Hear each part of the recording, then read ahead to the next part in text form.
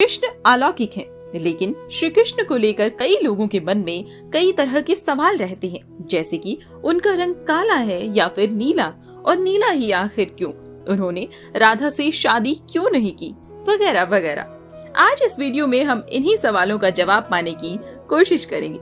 आइए शुरू करते हैं। कहा जाता है कि रंग काला होने के बाद भी नीले क्यों दिखाए जाते हैं श्री कृष्ण। अक्सर आपने ये देखा होगा कि कृष्ण को श्याम रंग या नीले रंग का दिखाया जाता है। उनकी मूर्तियों में, चित्रों में उन्हें नीला दिखाया जाता है। कृष्ण को एक बेहद आकर्षक बालक कहा जाता है। द्वारिका नरेश अपने पूरे वैभव में राज करते प्रतीत होते हैं, लेकिन हर जगह उनके रंग को लेकर यही कहा जाता है कि वो नीला था। इसके पीछे के कारण क्या है, आइए जान लेते हैं। एक मान्यता के अनुसार जब पूतना ने बालक कृष्ण को मारने की कोशिश की थी और उन्हें जहर वाला दूध पिलाया था, तब कृष्ण मरे नहीं थे, बल्कि उनका रंग नीला हो गया था। एक और मान्यता के अनुसार कृष्ण का रंग नीला बाद में पड़ा, जब वो 5 सिर वाले नाग कालिया को मारने के लिए यमुना में कूदे थे। कालिया के जहर से उनका रंग नीला पड़ा है। साथ ही संस्कृत शब्द कृष्णा का मतलब है काला या गहरा, और कुछ लोग इसे आकर्षक भी कहते हैं। कुछ ये मानते हैं कि कृष्ण का ये रंग नहीं, बल्कि उनकी आभा या प्रभा मंडल है। एक और मान्यता कहती है कि ये रंग पानी या फिर विशाल सागर के बारे में बताता है, और यही कारण है कि कृष्ण का रंग नीला दिखाया जाता है। अब दूसरा सवाल ये है कि कृष्ण ने राधा से शादी क्यों नहीं की। सबसे ज्यादा चर्चित जो सवाल है वो ये कि कृष्ण आखिर राधा से शादी क्यों नहीं कर पाए। वो राधा जी से इतना प्यार करते थे, फिर भी ऐसा क्यों।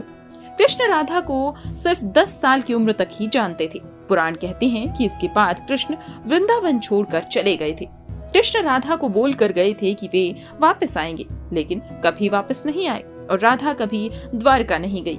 रुक्मणी लक्ष्मी जी का रूप थी और कृष्ण को अपना पति मानती थी। भले ही उन्होंने कृष्ण को कभी देखा नहीं था, इसीलिए कृष्ण ने रुक्मणी से शादी की थी। जहाँ तक राधा की शादी का सवाल है, राधा के पति का वर्णन ब्रह्म वैवर्त पुराण में भी किया गया है।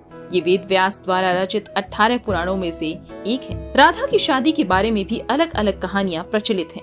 कुछ के अनुसार राधा की शादी अनय से हुई थी। अनय भी वृंदावन निवासी थे और राधा और अनय की शादी ब्रह्मा की एक परीक्षा के बाद हुई थी। एक दूसरी कहानी के अनुसार असल में राधा की शादी हुई ही नहीं थी। ब्रह्म वैवर्त पुराण के अनुसार राधा अपने घर को छोड़ते समय अपनी परछाई यानी कि छाया राधा घर पर माँ कीर्ति के साथ छोड़ गई थी। छाया राधा की शादी रायान गोपा यानी कि यशोदा के भाई से हुई थी और अनय से नहीं।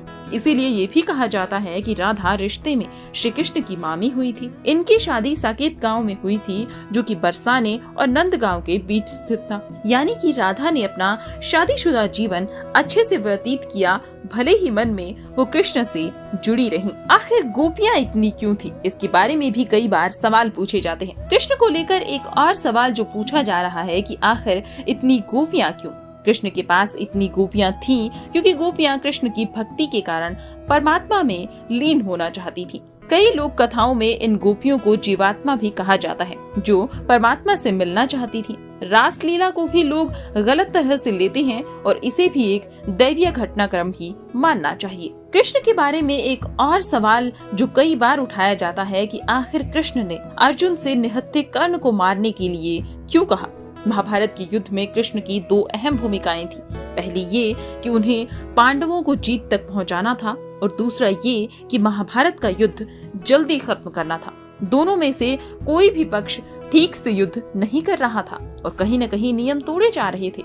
इसीलिए कृष्ण ने अर्जुन से कहा कि वो कर्ण को मार दे। ऐसा करके कृष्ण ने अर्जुन का अहंकार भी खत्म किया था। कहा जाता है कि अर्जुन चाहते थे कि वो लोगों के बीच बड़े योद्धा के रूप में जाने जाएं, और निहत्थे कर्ण को मारकर उनका ये सपना चूर चूर हो गया। इस तरह से भगवान श्री कृष्ण ने अर्जुन का ये अहंकार भी खत्म कर दिया।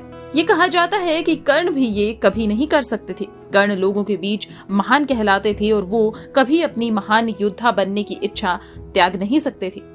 दूसरा इसका कारण ये भी है कि कर्ण युद्ध में अपने जीवन को वैभव के साथ अंत करना चाहते थे, और कुरुक्षेत्र की लड़ाई से बेहतर और कोई रास्ता उनके लिए नहीं हो सकता था। आज इस वीडियो में हमने जाने वो सवाल जिनके बारे में लोग अक्सर सवाल उठाते हैं। आपको ये वीडियो कैसा लगा, हमें आप कमेंट्स के जरिए बता सकते हैं।